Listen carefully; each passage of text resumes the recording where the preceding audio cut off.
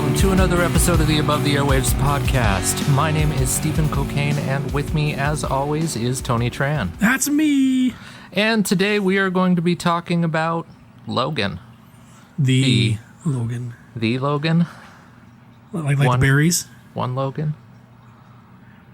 This is what, like the ninth movie that he's been in, right? So this is like 8 Logan, 8 Furious? Yeah. I don't know. How's that work?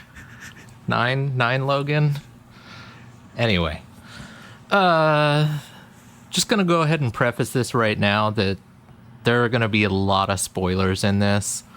We're not going to hold back on this in any way, shape, or form because it would be doing a disservice to this review to try and dance around the subjects. So if you haven't seen the movie yet, you may want to put this podcast in your pocket and hold on to it until after you've watched it. Yeah, we just don't want to do a disservice to our listening community, all 5 of you out there. Yeah, because, you know, if we're just sitting there going, well, you know, it's a great movie except for that thing that, well, you know, the thing, I don't want to mention the thing. Yeah, we've tried doing reviews where we like spoiler free or a little spoiler, and it just comes down to the fact of y'all listen to a review, you know, you want to hear our opinion on it. You don't want to hear it's a pretty good movie and we're not going to tell you anything about it. You can see that online. There's like 20 different, you know, spoiler free reviews that are worth to listen to. Yeah, I mean, screencrush.com. That's all I got to say.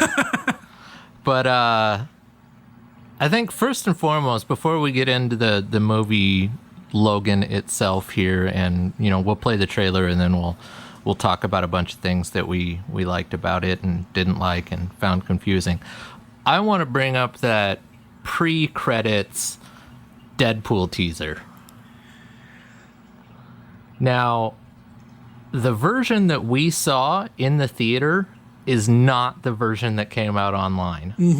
There is a theatrical cut of the Deadpool teaser, and I want to throw that out right now, that if you want to see both versions, you have to go see the movie. The theatrical version actually, it plays a longer cut of the music. Longer cut of the music, shorter cut of the phone booth scene. Yeah. Because he doesn't pick up the phone and call Laird. Yeah. He does hint at it, but doesn't actually pick up the phone. But oh my God, is that thing filled full of Easter eggs? Yeah. You've got the Nathan Summers. Yeah, it's coming soon. Yeah, Nathan Summers is coming, written on the phone booth. There's a Dragon Ball Z reference on the phone booth where it says Hope. Yeah. Which is, you know, I think personally that's Hope was written on the side of Trunks' time capsule in Dragon Ball Z, so I think that's a reference to the fact that Deadpool 2 is going to have some sort of time travel, something to do with Cable in it. Or it could have to do with Hope, the reincarnation of Phoenix that Deadpool and Cable have, or Deadpool goes out, or Cable goes out to protect. Yeah. There's also, you know, obviously the Logan marquee on the theater. I was a fan of the Firefly posters in the background. Yeah, it's not only Firefly posters, but it says it's like a Joss Whedon Firefly movie poster. Like they made a new poster. I'm hoping to hint that, you know, because Fox owns the rights to Firefly, right? So I'm hoping that maybe, just maybe, it was a hint that something is coming back with Firefly. Well, if they reboot the universe and they bring in Ryan Reynolds as Malcolm Reynolds, I can kind of accept that, actually. I could see that. You know, I can see a Ryan Reynolds as Mal. Yeah, that like young Mal, or even like just the new Mal. You know, like I can see that. I mean, you could probably still bring Alan Tudyk back as Wash. That guy doesn't look like he's aged. No, dude doesn't age a day. Book is dead, literally. Like the actor's dead. So I mean, can't do anything with him. I mean, and you know, there's a couple other people that, like, you've got what's her name in I think she's in Gotham now. No, she played Inara. I'm completely blanking on her name. But she was in Spy. She was in Deadpool. Yeah. So having that relation there, and then Joss Whedon has directed some MCU stuff. He did Avengers, and I don't know. It's wishful thinking to me. Like, Fox could literally drop any hint that Firefly is coming back, and I'm going to speculate on it for like 9 months. Yeah. You know. But if you haven't seen it, go ahead and watch it online. It's up on YouTube, Vimeo, a couple of other places. I think Daily Motion has it. Ryan Reynolds actually dropped the trailer himself. Like, if you look it up on YouTube, it's his freaking name on there. Yeah, it is straight from Ryan Reynolds' YouTube channel. It wasn't like a Fox posted it or anything like that. Like, he leaked the damn thing himself. Yeah. Which is a good sign, because he leaked the original footage, which got the damn movie made. Yeah, and I don't know. Crossing my fingers here that maybe, maybe. So that's our tangent. Deadpool 2 with Cable and Firefly movie. Just saying. That's our tangent for the day. We're going to the trailer now, Steve. All right. Cash. Logan, what did you do? Charles, the world is not the same as it was. Mutants. They're gone now. I hurt myself today to see if I still feel. I focus on the pain, the only thing that's real. What is she? Beneath the stain She's like you.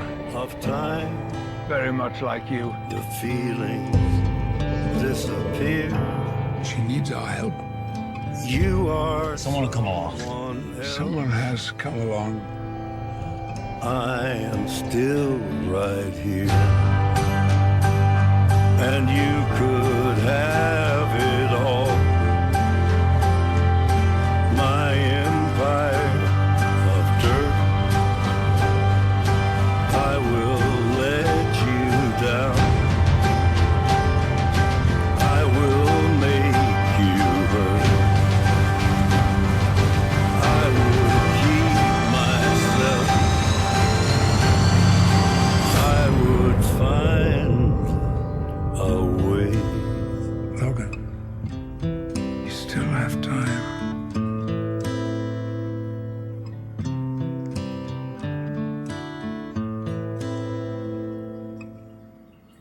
So big fans, low fans, no fans at all. You've probably seen this trailer a million times, but I want you to think about something real fast. If you replace the word Logan with John Connor, this could have easily have been a Terminator commercial. Oh, hands down. Yeah.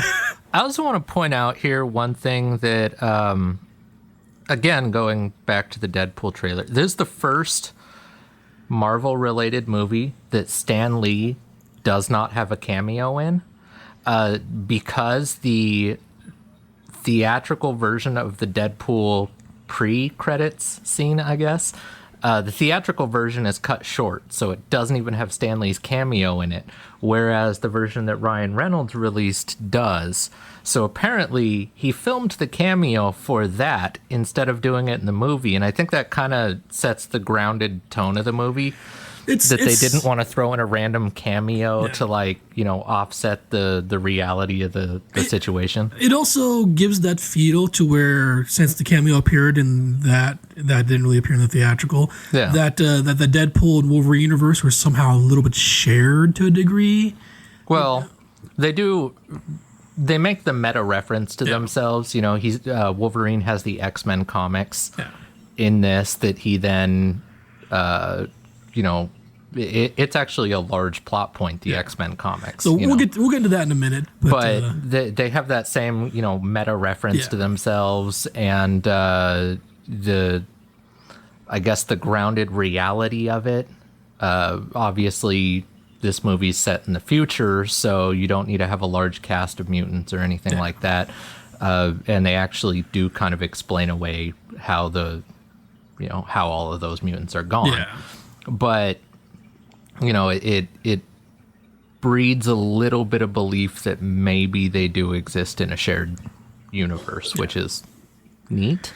Which is what Ryan Reynolds wants. Ryan Reynolds have wanted Hugh Jackman to appear in Deadpool, and they can't get enough people together to make it work. Yeah, and now that Hugh Jackman has said he's not going to do Wolverine anymore, very seriously doubt we're going to end up seeing that Wolverine Deadpool crossover that we were hoping for. Yeah. On the plus side, though, if those people ever appear in the same movie, they're going to make jokes. Oh, yeah.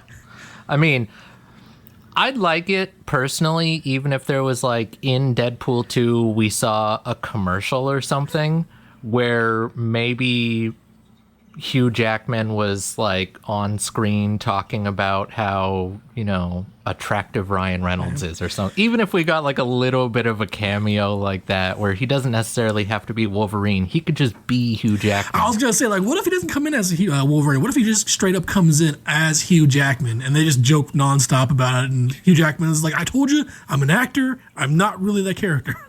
I think it'd be awesome if, like, Hugh Jackman shows up or something and Deadpool makes some comment about how he looks like, this guy Wolverine that he knows or you're just something too tall. like that. You're like 2 feet taller than Wolverine, though. Yeah, like if he threw out something like that, that'd be pretty awesome. Yeah. But getting on to the movie, so the basic plot of this movie, and I'm gonna try and like super strip it down here, is set in the year 2029. The majority of mutants on the planet are dead due to genetic food modification. They're not. So, no, they didn't die. They just stopped producing. And some of them died for various reasons, like hunted down or disappeared or got captured by the Reavers. They're considerably more rare. But no new mutants have been born in 20 years, is what they said. Yeah. So, and that's due to genetic modification of food. Yes, it's literally GMO. GMO stops mutants. GMO corn killed the X-Men. Okay, well, it kind of hints that maybe Xavier killed the X-Men. Yes, well, possibly, but it starts out where Logan, Caliban, and Xavier are all living in Mexico at an old refinery. Yeah. More or less hiding. Logan is out earning money, working a job to try and take care of Xavier, who now has some degenerative brain disease, maybe dementia, maybe Alzheimer's, something like that. But when you've got literally the world's greatest telepath, like telepath and telekinetic. yeah, and he has a degenerative brain disease that's basically like having a nuclear warhead sitting around that's got a janky switch, right? That's like I don't have a better way to describe that, right? That's like no, that's basically it. Like just a janky ass switch that's like every now and again just like slightly tilts to the ons, And so, like, if you're, like, sitting near the silo and all, you're like a beep, beep, like, fuck the switch, and you run towards, that's basically Xavier. Yeah. So it hints that they're in hiding. They're trying to get away. Wolverine's actually saving up money to buy a boat so that they can live out on the ocean and not be around people so that Xavier won't be a risk to anyone, I should say. They kind of inch towards the fact that... like Wolverine's getting the boat to take him out to sea primarily so that he can die. Yeah. Like, I think he's basically just going to take the nuke with him and just let it be janky and like whatever happens, happens. Yeah, so that the both of them could die. Says that in the movie, Wolverine, his powers are not only being reduced due to the GMO stuff, but also he's got heavy metal toxicity from his adamantium skeleton. And because his powers are reduced, his body can't fight off that toxicity. So he's slowly being poisoned to death. Yeah. And what's cool is like these are actual things that happen in the comics. Like there's been instances where he lost his mutant powers and he's literally just dying from blood poisoning. I mean, it's... Well, yeah, and he has elevated strength as well. So there was one of the comics where as he lost his powers, he lost his strength, and his skeleton was literally too heavy for him to move. Yeah. Like there's been stuff like that that's in the comics that, as they throw that in, it explains why maybe he's a little bit slower. He doesn't have that reaction time anymore, that sort of stuff on top of it. And we'll get a little bit more into that as we go on. But this, I want to say Mexican doctor. She's from Mexico, right? Like Mexico She's City. A nurse, yeah. Nurse or doctor or something. Something. Gabriella, I think, yeah. She tries to hire Wolverine, which is nice because they actually, with Wolverine, actually throw out his real name in this movie, which is James Howlett. Yeah, there's been a lot of discussion over the years as to what his real name actually is.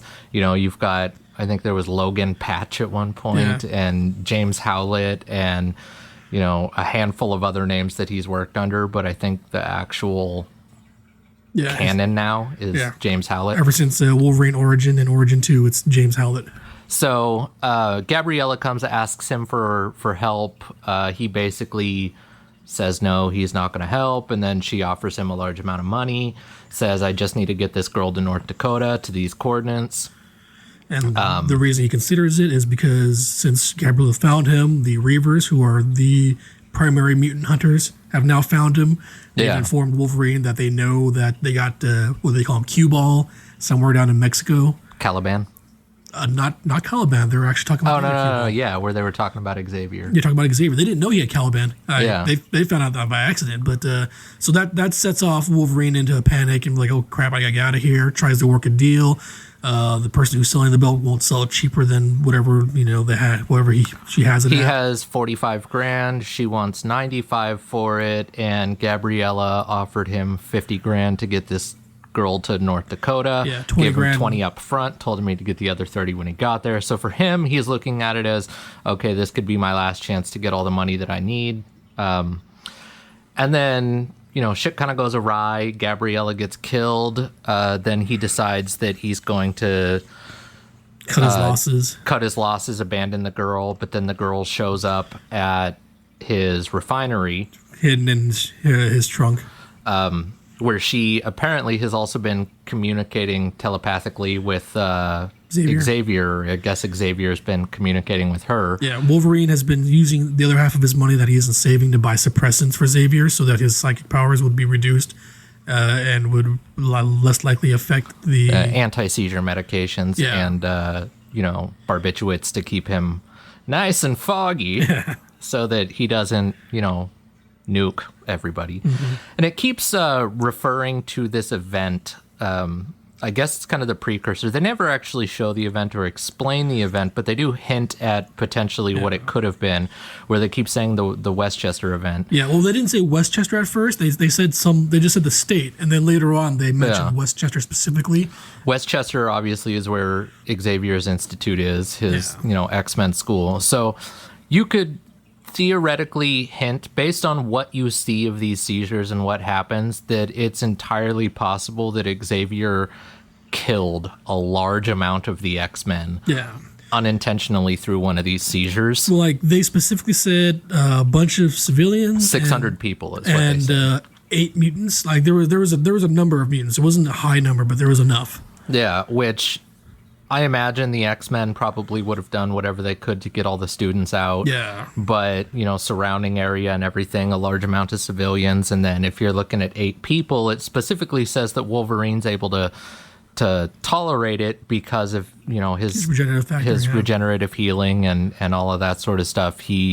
Even though it does significantly affect him, he's able to push through where other people are basically paralyzed and stuck in place, can't even breathe, So if 8 mutants died, it's entirely reasonable that it could have been the core of the X-Men, and that's why none of them exist anymore. But Laura, the little girl, shows up at the refinery. At the same time, the Reavers kind of show up, I guess, a couple of minutes later. They show up, led by Donald Pierce, who's played by Boyd Holbrook from Narcos. Dude does a phenomenal job in this movie. Oh, yeah. No, he was a great villain. Like, you hated him, but you liked him at the same time. Yeah, he's that charming asshole. Yeah. I like to call him. You know, you're worried almost that because of how charming he is, it hides some really big potential to be horribly nasty. Yeah. And then you kind of realize as the movie goes on that he's maybe not even that much of a villain.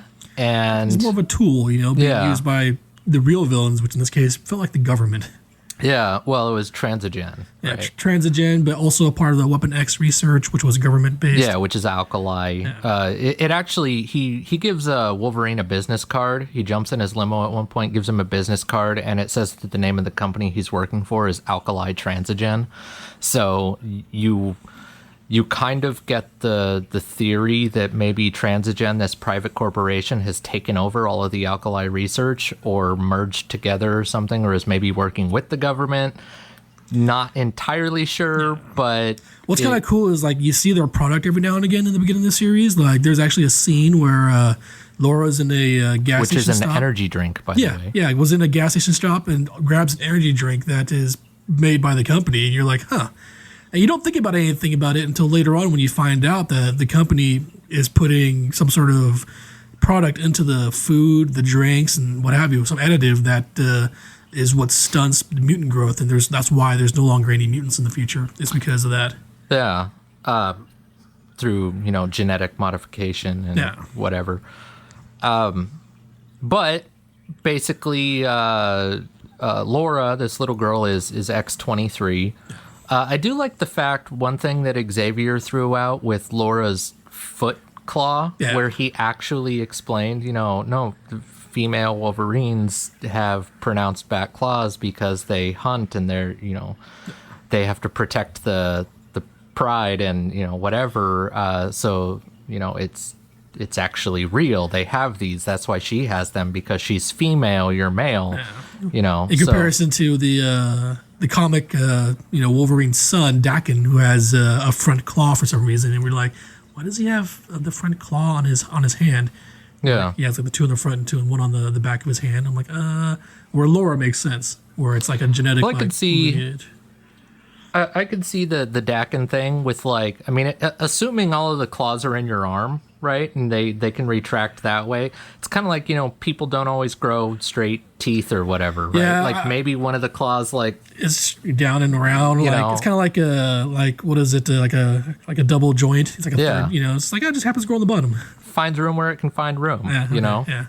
Maybe. I don't know. But Go with what you feel. I thought it was kind of cool because with Laura, at least her original name in the comics was Laura Kinney, and she was actually half Japanese. Yeah. And the reason why she was half Japanese is because they could never fully clone mutants at all for some reason. Like they just couldn't do it.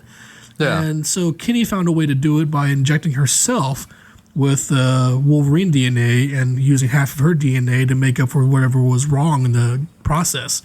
And so when they first started the program, they started the program by injecting these Mexican women because they were down in Mexico. Mm-hmm. And so that provided the other half of the DNA needed to create these, mutant children. Yeah. What bothered me is that when they found out that they couldn't get these mutant children to properly become killing machines like they wanted to, because even though they were programming in them and they from birth to age, they still had their own personal sense of just justice and morality and humanity. And so they decided to squash the program by putting them all to sleep, which results in them getting taken out by the nurses because they thought that was bullshit. Basically, is using their powers to escape at that point. Yeah, but they dropped the program because they flat out just clone Wolverine X-24, which doesn't exist in the comics, which is a full Wolverine clone, like straight up, full-grown man with baby brain. Yeah, I mean, I don't like the fact that they just outright cloned Wolverine.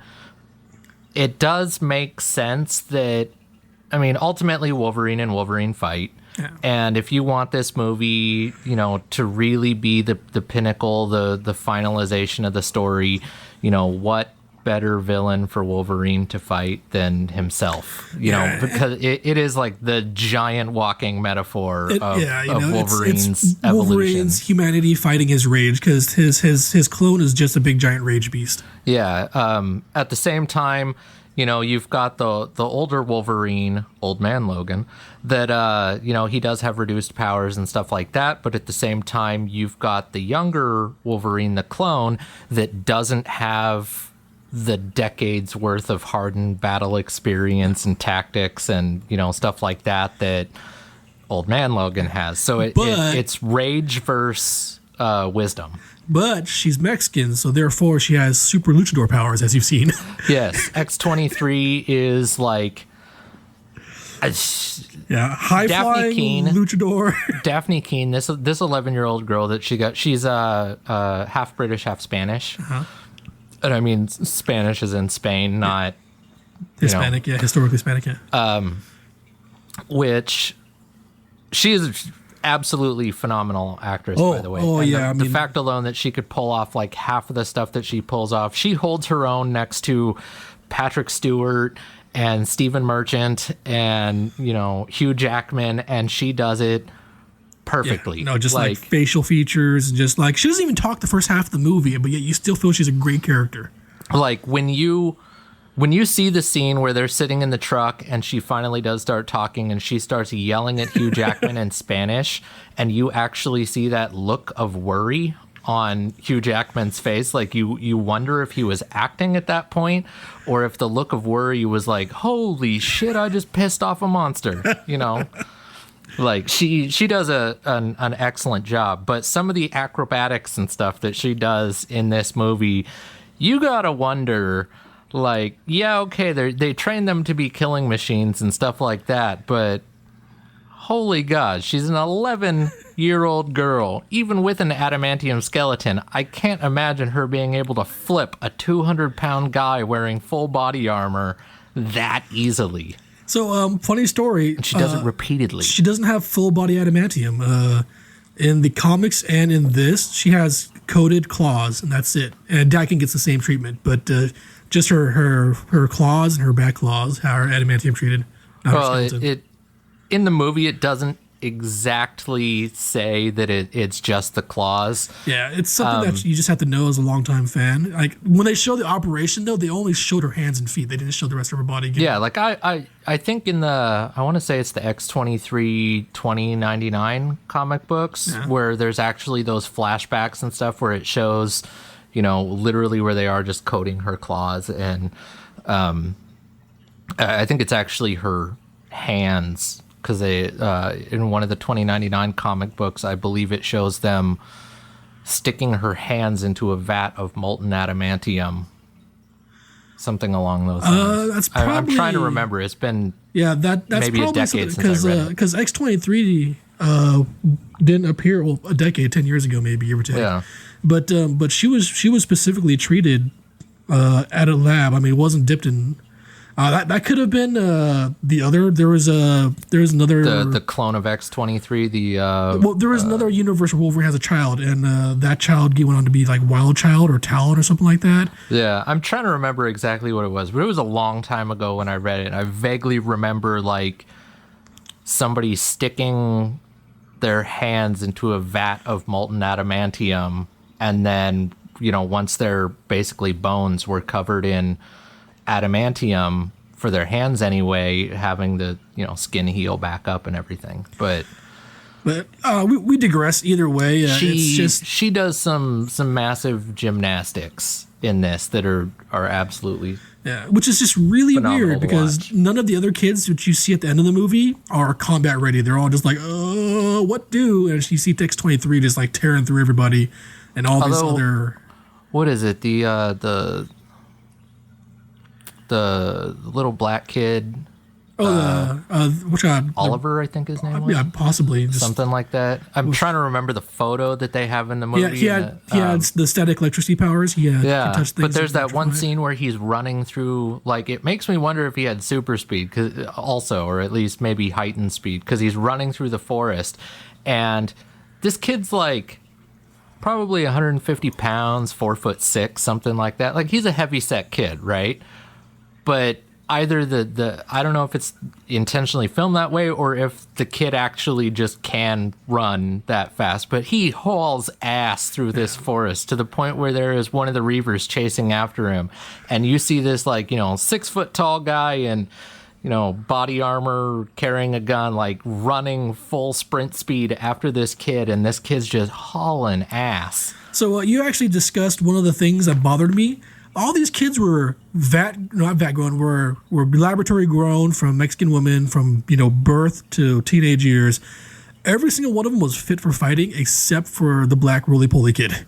Yeah, well, you get a character like the Blob or something like that. I mean, that is his genetics. Yeah, but this kid, like, he was big for no reason. Like I understand they wanted it for just like shape differences, so you can tell different characters from one from another. But like, it didn't make any sense from the story that they were giving us, except for the fact that maybe one nurse just kept giving them extra food because each nurse cared more about these kids than they were supposed to.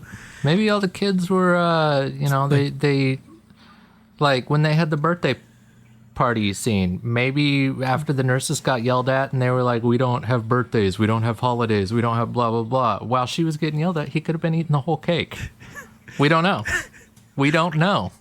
But yeah, so that's one of the things that bothered me. There's a couple other things, but we'll get to that later. Basically, Caliban gets captured by the Reavers when they show up, which Caliban's power, for those people that don't know, he can detect mutants. Normally, he's able to detect mutants at a very large range, but because of the genetic modification, reduction of powers and stuff like that, his power has been significantly diminished. That's what we assume, honestly. Like, they don't actually flat out tell us that, and we can only assume that because when X-23 first pops up, he doesn't realize she's there until he smells her stuff that's in the back trunk. Yeah. But, Steve and I haven't figured out, like... That could be maybe because she's a hybrid mutant. Maybe because his powers are diminished. Maybe because... he was out in the sun and his face was covered. Like, we don't know, like, exactly what this gunk in the stuff does to people. Or it could be, Xavier, having been telepathically communicating with her, maybe could have also been blocking Caliban's powers to allow X-23 to get there safely. Like, there's any number of possibilities, but it doesn't explain it. And that's one of the things that kind of annoys me. It leaves a lot of things in the air when you're just like, so, what does this modification do exactly? Like, we're left wondering a lot. So, Caliban gets captured. Xavier, Logan, and Laura, X-23, start heading to North Dakota. Along their journey, they end up going to a casino in Oklahoma City. There, Xavier has a seizure in the middle of a casino. He's in his hotel room, but it basically paralyzes the entire casino. Don't forget, before that, they watched the cowboy movie on the TV, which was the central point and the moral of the story. Oh, yes, the cowboy movie, which is the line specifically, I believe, is you can't live with the killing. Yeah, like, once you're a murderer, you're branded for life, there's no going back. Which, by the way, Jack Palance was the one who delivered that line. And I believe you all know our stance on Jack Palance after our Hawk the Slayer movie review. So, Jack Palance is amazing, but sometimes Jack Palance is the only one that's amazing. It's the only one that's aware of what's really going on. But Xavier, I guess it's when the Reavers attack them at this casino. Xavier has a seizure, maybe intentionally, maybe not. I don't know. But he has a seizure to stop them all.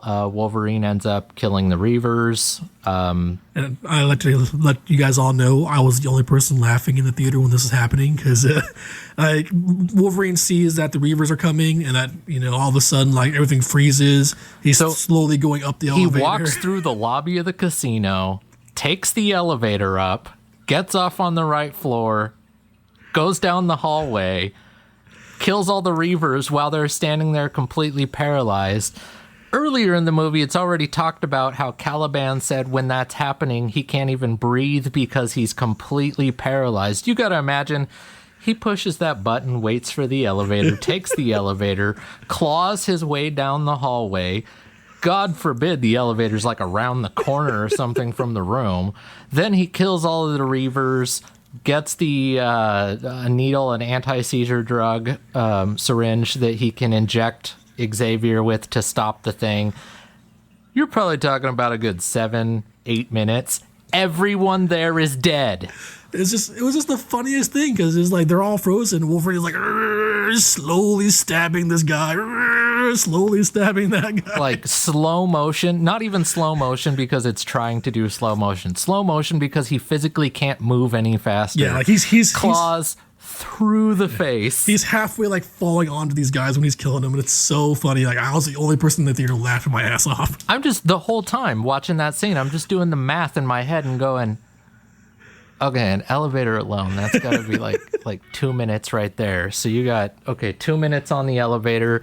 So that's going to be, this much time. God, that's, I can't imagine that any of these people are still alive here. Like there's just no way that that's even a possibility.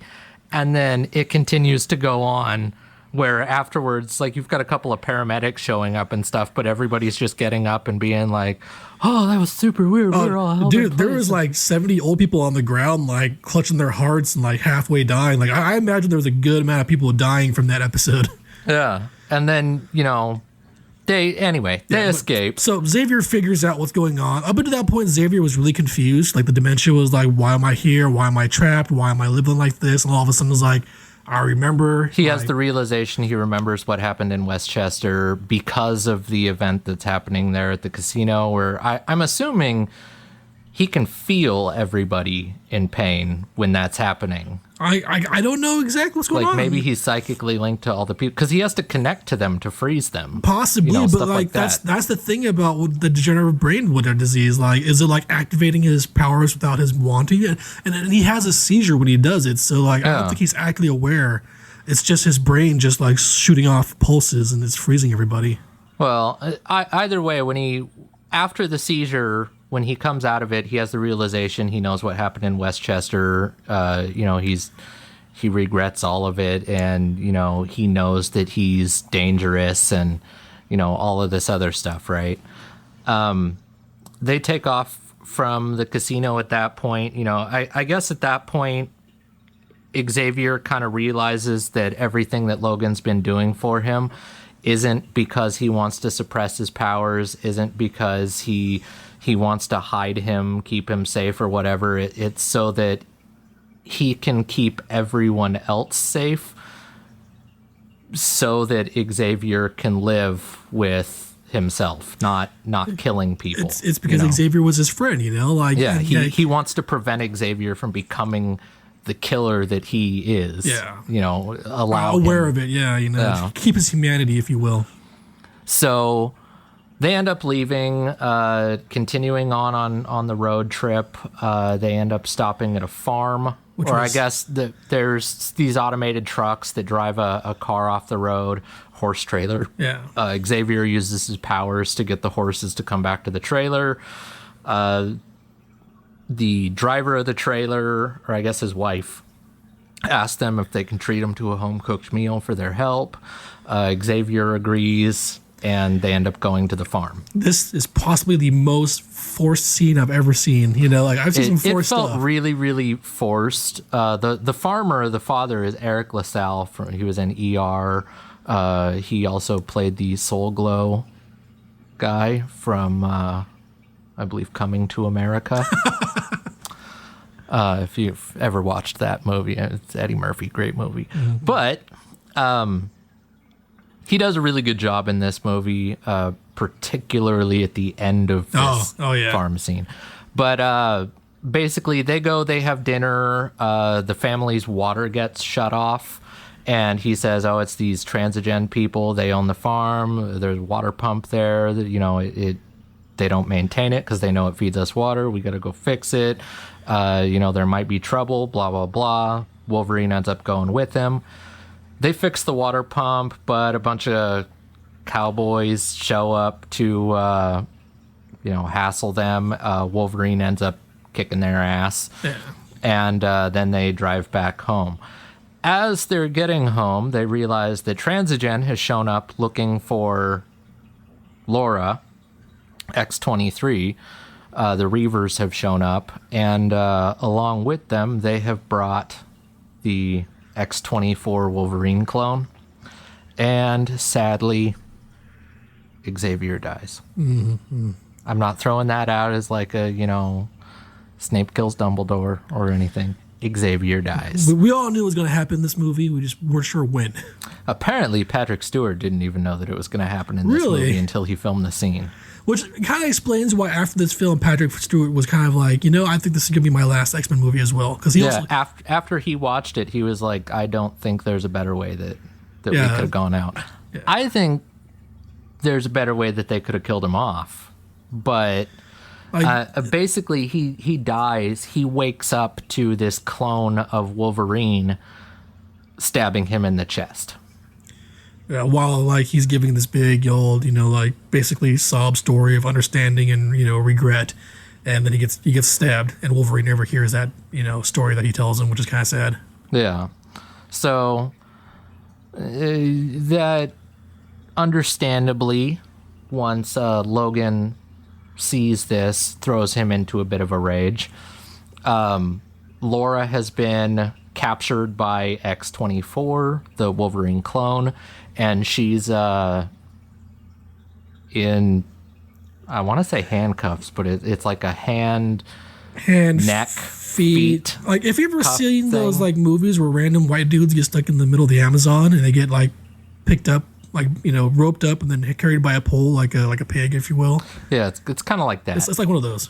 Hogtied with a metal cuff thing. Yeah. Anyway, Wolverine kind of goes apeshit and fights X-24. This is also where we get the best, I think most justified and cinematically perfect death in the movie, which is Caliban, who is in the back of the Reaver truck, the Transigen truck. He reaches through the grating. They've got him kind of stuck in a cell, and he reaches through the grating and grabs a couple of grenades while they're, I guess, prepping their equipment to go after Wolverine.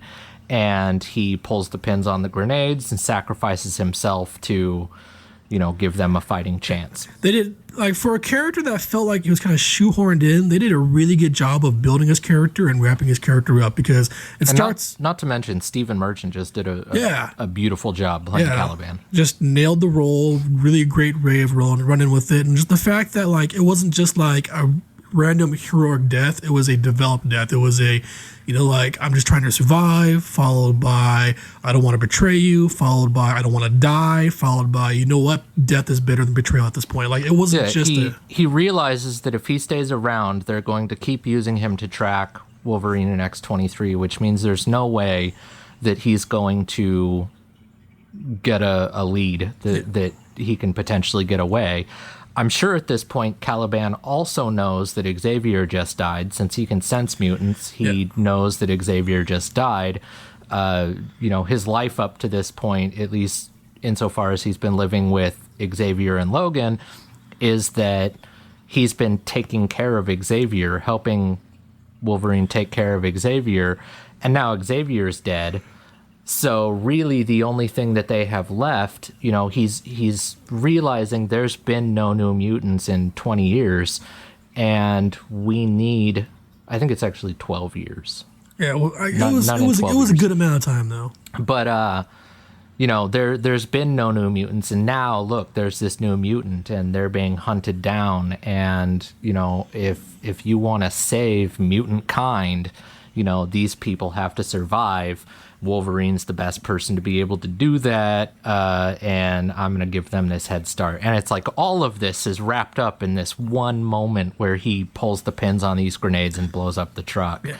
And it's absolutely wonderful, justified death, and Stephen Merchant nails it. From that point on, though, you get Eric LaSalle hits the X-24 Wolverine with his truck, which shoves him into a combine. Yeah, I think, or something. Metal spikes on a combine, basically pins him to it, and then he shoots him with a shotgun a bunch of times. This is after realizing that X-24 has killed his wife and his son, and gutted him. Gutted him, and then he turns around and in this absolutely beautiful moment, he's looking at Logan. Logan is staring at him. He's got a shotgun pointed at him, and they're not even saying anything. It's just they're staring at each other. And then Eric LaSalle pulls the trigger. It clicks. It's out of ammo. Logan doesn't even flinch. He's got this look on his face like, if you do it, I deserve it. Yeah, very much feels that way. And, then Eric LaSalle pulls the trigger. It clicks. He's out of ammo, and he falls over dead. At that point, Wolverine runs over, grabs Laura, jumps in a truck, and takes off. At that point, they're driving through. Wolverine is significantly injured. By the way, before all that, Wolverine grabbed Xavier. Oh yes, grabbed Xavier and put him in the back of the truck. So they drive off. Wolverine goes to bury Xavier, which is, again, absolutely beautiful scene. Yeah, super emotional, just very, very powerful. I didn't tear up myself during it, but I could understandably see how any person who is connected to these characters in any way could have reasonably shed a tear for Xavier at that point. It was a very choke up moment. With Xavier and just the way that Wolverine presented it, and Xavier's last words and his kind of because Xavier understood why they were going on the boat and he was prepared for it, and he was, we get this done and we head off on that boat, right? Wolverine is like, yeah, that's right, Chuck. Basically just two old friends. I haven't seen a more cinematically perfect scene in a movie since Doc Holliday, Val Kilmer, if we weren't friends anymore, well, I just don't think I could bear it. It was so honest. It was very, very good, very raw, powerful. Yeah. But Wolverine succumbs to all of his wounds in the middle of the highway. X-23 looks over, yonder, bend and sees a dude in a truck dropping off his fishing gear. Yeah, while Wolverine's truck is pretty much dead at this point. And so the next scene, we see Wolverine wake up to a random... He's in an urgent care hospital or something. And some mutant file is like, oh my God, I thought you were all gone. I'm so excited to see you. You need some help though. Yeah, and, Wolverine basically gets up at that point, comes out, and... this whole time, there's been little hints here and there. Xavier has actually told Logan that X-23 is his daughter, which isn't entirely true. It's a clone. Yeah, but, genetic makeup, whatever. But then you've got, little things that hammer that point home throughout the movie. Like the doctor in the urgent care says, oh, if your daughter hadn't have brought you in, I don't think you'd have made it. And obviously for him, it was just, oh, this little girl that's with you must be your daughter, right? But it's them hammering that point home again, that this is kind of new family that's forced onto Logan, right? But Logan gets up at that point. He still has visibly open wounds on him. He's obviously not healing quickly at all. He almost died, but he goes out, gets in the truck, and this is the first time that Laura actually speaks. Yes. Yelling at him in the truck here, right? Yeah, because she wants to go to the destination. So to roll back again, when they were at the casino, Wolverine bought the truck, and while they were waiting for the tires to be put on, he ran over to the bar real fast, got a drink, and then was digging through Laura's stuff and noticed that one of the comics that she was reading, the comic was about the location called Eden, which is where they wanted to go, which the coordinates for Eden that he was supposed to bring Laura to were the same coordinates that were in the comic book. Which is actually a real comic, by the way. Yep. I've personally owned this comic, and I found it online, looked up the picture of it. The coordinates are the same, and the coordinates are in North Dakota.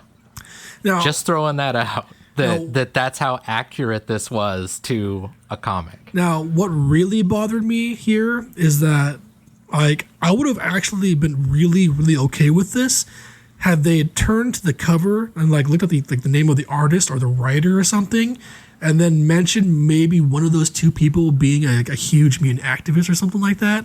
Yeah. But the fact that it was just like, oh, it was in the comic and these aren't even real, like 25% of it's accurate. It was like it was too much of a push to where they were trying to bend reality with whatever the comic was happening in.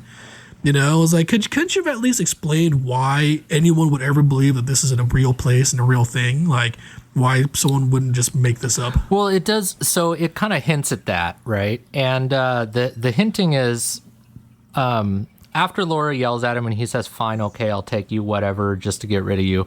They go and they drive to this location in North Dakota. Wolverine collapses at that point. Next thing you see is him getting lifted up the side of a mountain face by all of the kids that have escaped from the Transigen facility, and he's strapped to an airlift board, and they're pulling him up by rope.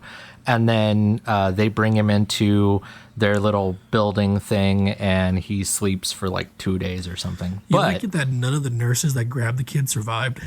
Yeah, not a single one. But the oldest kid, the one that was basically leading all of them, the one that could make the rocks come Richter, up. who's an actual mutant, real character.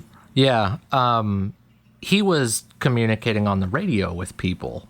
So it leads you to believe that maybe these nurses had actually communicated with people, and that the location that they were using that was in North Dakota, the one out of the comic books, was just a masked thing where it was, come here, come to this location. We'll use it as a meeting point because everybody can have a copy of the comic and we can communicate that way. And then once you get across the border, we'll take you to Eden.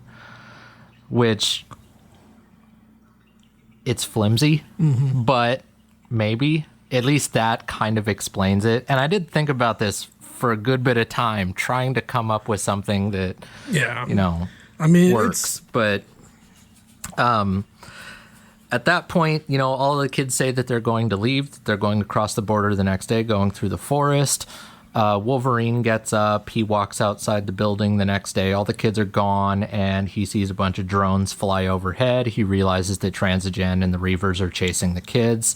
So he goes hauling ass into the forest to stop them. Oh, and by the way, he also has a vial of basically mutant growth hormone. In the comics, it would boost mutant powers, but drive you crazy with enough usage.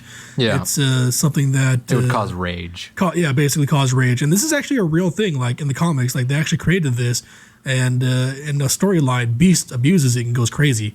And Wolverine was one of the few people that was actually able to use it because as it boosted his powers, it boosted his regeneration ability, which then counteracted the hormone. But he found that using the hormone would actually, like, he would have peaks and valleys. If he used the hormone, it would boost his powers, but then it would weaken his power as soon as it wore off. Yeah. So...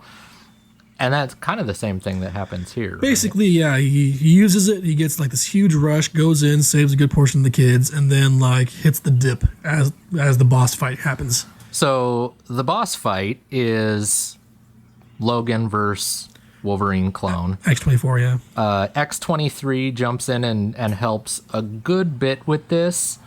But ultimately it comes down to Logan he's fighting off X-24.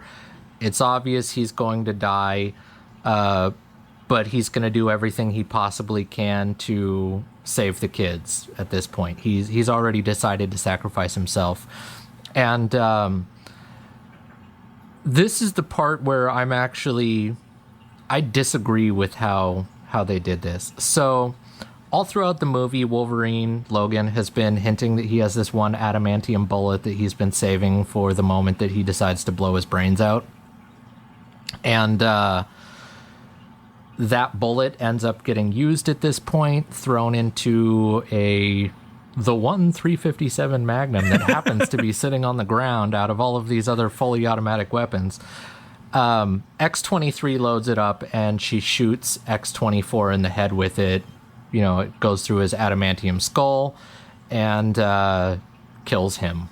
And then Wolverine, basically, Logan, just dies from his wounds. Yeah, I mean, the very last thing that happened was X-24 like rammed him into this tree trunk and gutted him with a spear, like a trunk spear.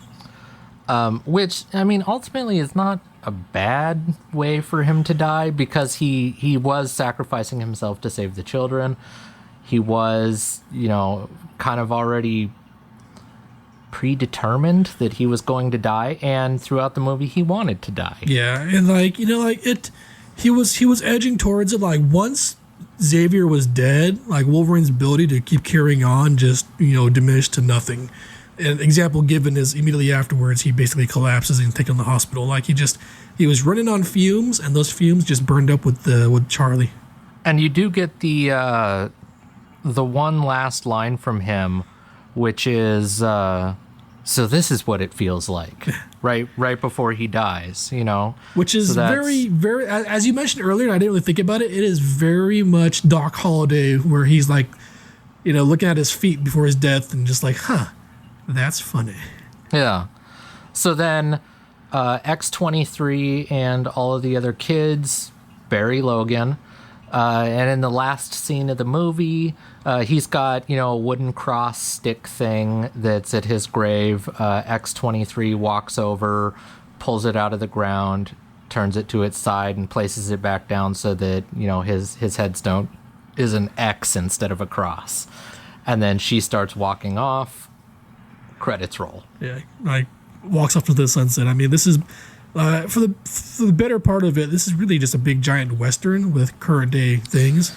Yeah, like I was telling Amy about this, that this isn't an action with character drama in it. This is a character drama that happens to have some action. Yeah, definitely. This is full on, I mean, this is a 180 from the original X-Men movies. You know, this is massively in-depth character with only so much action that it actually needs to progress the story. But the rest of it lets just the raw acting and emotions work for it. Yeah, I mean, I can kind of see what Jackman was saying, where he put his all into this, you know. I mean, like, he was really, really into this and really into the characters, and just... like, you could feel that, you know, they were really a part of this whole transaction. Yeah, and honestly, you think that some of the tears that are in this movie might have actually been some real tears over, you know, we're filming Xavier's death scene, which means Patrick Stewart isn't going to be working on this movie anymore, and if we just killed him off, that means he's not going to be an X-Men anymore, which means, you know, we're not going to work together anymore, like, all of that sort of stuff. And, I mean, for Daphne Keane... the actress that plays Laura, for her to, you know, also look like she's throwing out those same emotions and that same like raw intensity. The fact she fits perfectly. That she got the ugly cry in there. Like, it wasn't like the cute, like, you know, teardrop over the eye. No, like, it was like snotty and like teary, and like it was like the full ugly cry. I'm like, wow, how old are you, kid? Are you really like 11? Jeez. Yeah, I think the actual actress, I want to say, is like 12 or 13. Yeah. But absolutely... I mean, me and Tony talked about it, about possibilities of different ways that they could have killed off Logan. And in retrospect, I think it's okay the way that they did it because of the substance behind that whole last fight and him dying. I do feel like it feels kind of abrupt and a little cheap, but once you think about it in retrospect, it fits a little bit more. I don't know. It's still, I could go either way on it, but I feel like maybe it's not as bad as I thought it was initially.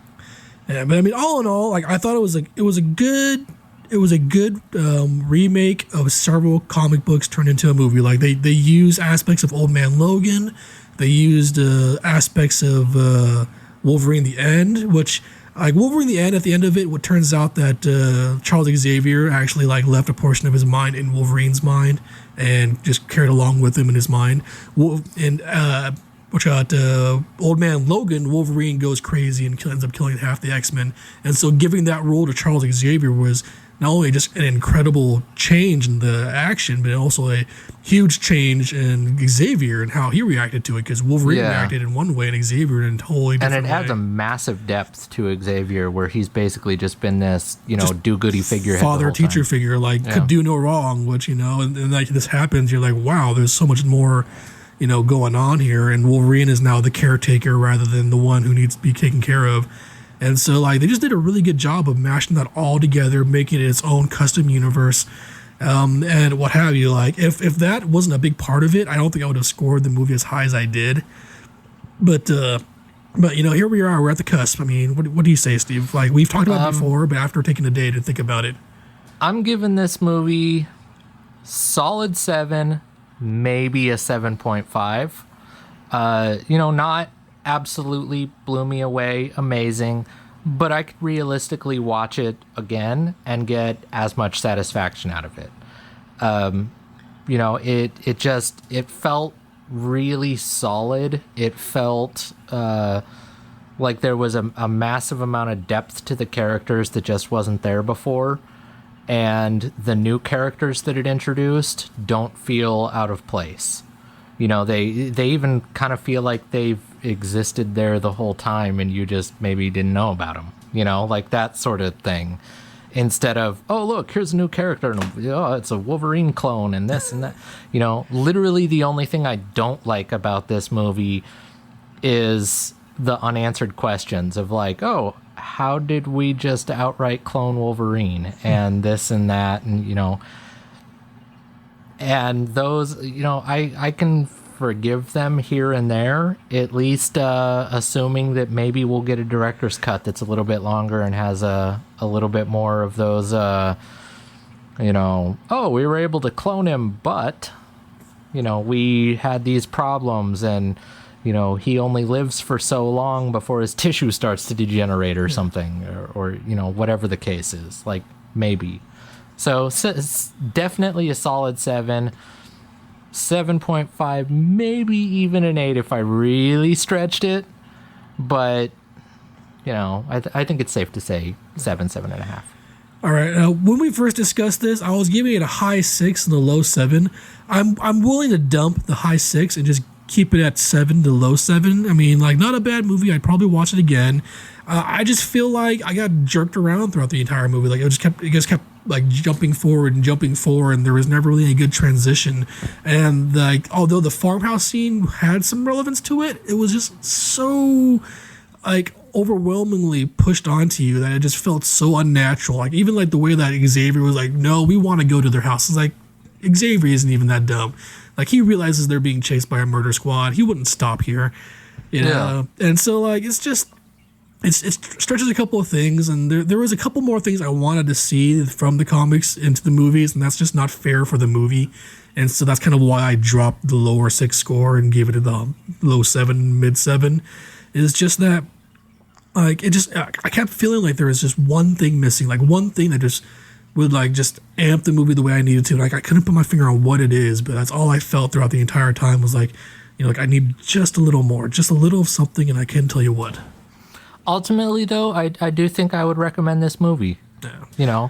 I agree with Hugh Jackman's statements in the interviews that if I had to tell somebody to watch one Wolverine movie to give them a solid depiction of Wolverine as a character and the struggles that he goes through and, everything, this would probably be it.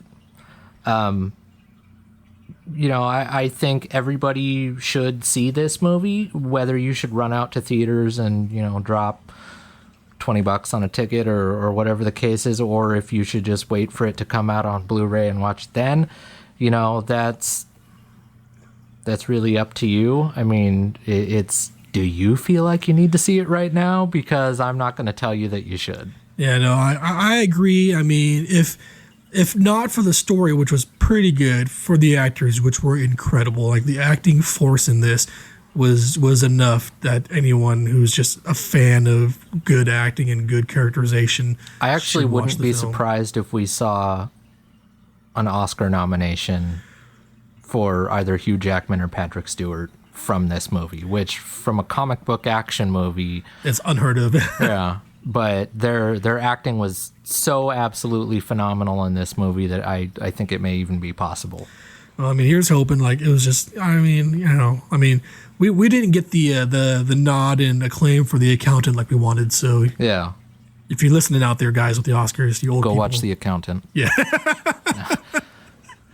But I do think this movie is enjoyable. You know, if you are a huge fan of the comics and prior X-Men stuff, you know, it's worth watching.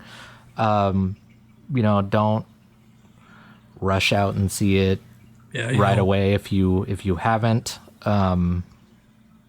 And don't really feel that connected with it. You know, I think waiting for it to come out on DVD or Blu-ray is probably a safe bet. No post-credit scenes. Don't if you're one of those guys that stays specifically for it, don't bother. There is none. Yeah. There was supposed to be a tie-in somehow or a post-credit scene to advertise Mr. Sinister, which is a new movie series that Fox is going to be coming out with because they own the rights to all of those as well. There was supposed to be a tie-in, but James Mangold decided that he wasn't going to include the Mr. Sinister character outside of one reference at Transigen where they're talking about the genetic mutations and they mention Dr. Sinister. That's the only reference there, but it was supposed to be a huge part of the story because they were going to start advertising all of that to tie it all in and then pulled it all out to reground the movie. I think it was a good call because this movie is supposed to be a wrap-up, not a continuation. Like this, Yeah. If you're to watch everything in order, like at the end of the day, like this should be the last film in the series. Yeah, I mean, you don't kill off the main character while advertising a new villain that's coming out. You know, it just doesn't work. But that being said, I think that's it's going to wrap up our review, right? Yep. Give us the close off, Steve. If you have any questions, comments, or feedback, you can hit us up on our Facebook page at www.facebook.com/abovetheairwaves and consider supporting us on Patreon so that we can keep doing what we're doing. And that URL is www.patreon.com/abovetheairwaves. And my last little liner for today: go watch The Accountant. Seriously, what are you guys doing? Go watch it. Go watch The Accountant. Oh, and we are now up on YouTube, so you can check out our website, abovetheairwaves.com, find our YouTube link, and you can watch some of our podcasts there, or you can search for Above the Airwaves on YouTube. Hopefully that stays. And If we get enough subscribers and listeners, what have you, we'll have our own custom URL, but for now, it's just a search.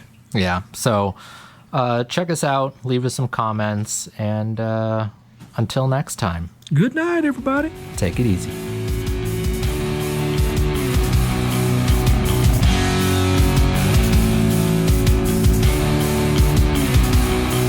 Hear the clock tick tock and you're waiting for the good times. About to measure past the part that brought you here. Shrug it off and drink it down because this beat is playing some